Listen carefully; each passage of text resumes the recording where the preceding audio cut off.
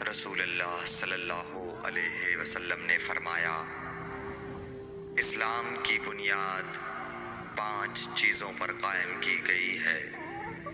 اول، گواہی دینا کہ اللہ کے سوا کوئی معبود نہیں اور بے شک حضرت محمد صلی اللہ علیہ وسلم اللہ کے سچے رسول ہیں، اور نماز قائم کرنا اور زکوٰۃ ادا کرنا اور حج کرنا اور رمضان کے روزے رکھنا۔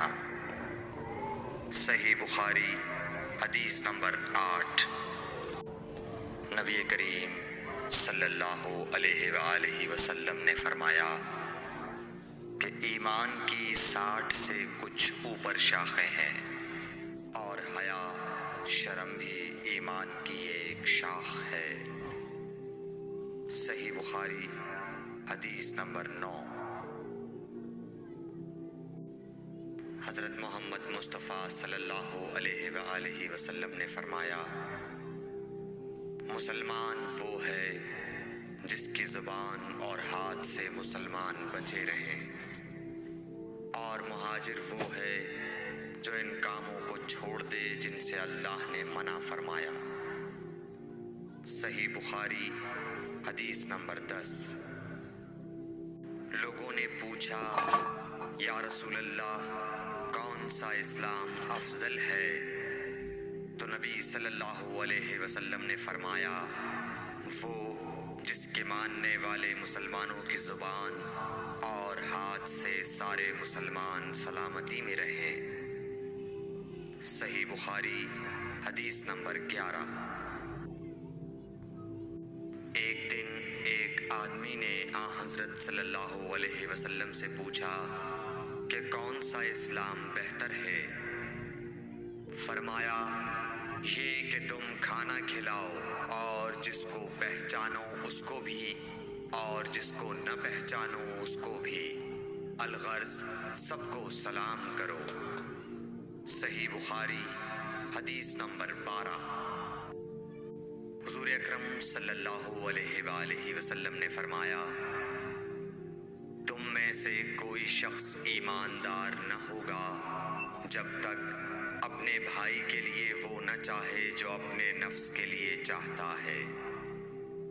صحیح بخاری حدیث نمبر 13۔ رسول کریم صلی اللہ علیہ وسلم نے فرمایا، قسم ہے اس ذات کی جس کے ہاتھ میں میری جان ہے، تم میں سے کوئی بھی ایماندار نہ ہوگا جب تک میں اس کے والد اور اولاد سے بھی زیادہ اس کا محبوب نہ بن جاؤں۔ صحیح بخاری حدیث نمبر 14۔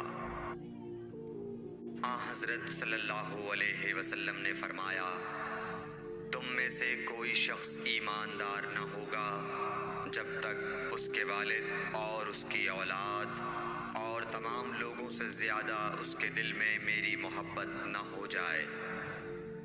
صحیح بخاری حدیث نمبر 15۔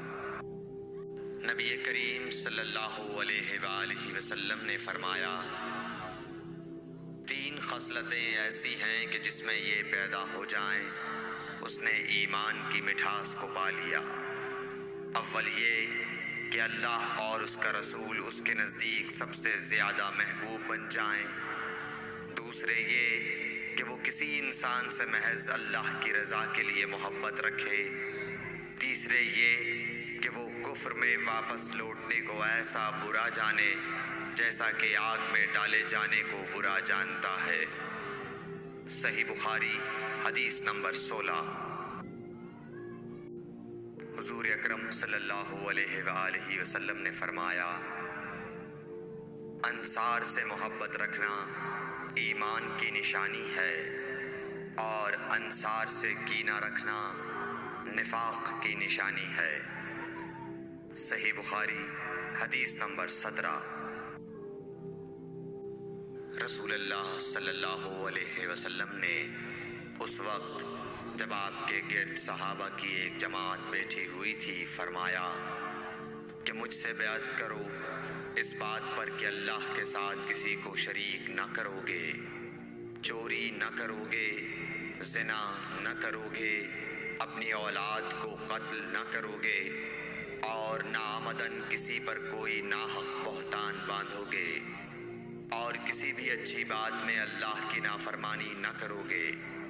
جو کوئی تم میں اس عہد کو پورا کرے گا تو اس کا ثواب اللہ کے ذمہ ہے، اور جو کوئی ان بری باتوں میں سے کسی کا ارتکاب کرے اور اسے دنیا میں اسلامی قانون کے تحت سزا دے دی گئی تو یہ سزا اس کے گناہوں کے لیے بدلہ ہو جائے گی، اور جو کوئی ان میں سے کسی بات میں مبتلا ہو گیا اور اللہ نے اس کے گناہ کو چھپا لیا تو پھر اس کا معاملہ اللہ کے حوالے ہے، اگر چاہے معاف کرے اور اگر چاہے سزا دے دے۔ عبادہ کہتے ہیں کہ پھر ہم سب نے ان سب باتوں پر آپ صلی اللہ علیہ وسلم سے بیعت کر لی۔ صحیح بخاری حدیث نمبر 18۔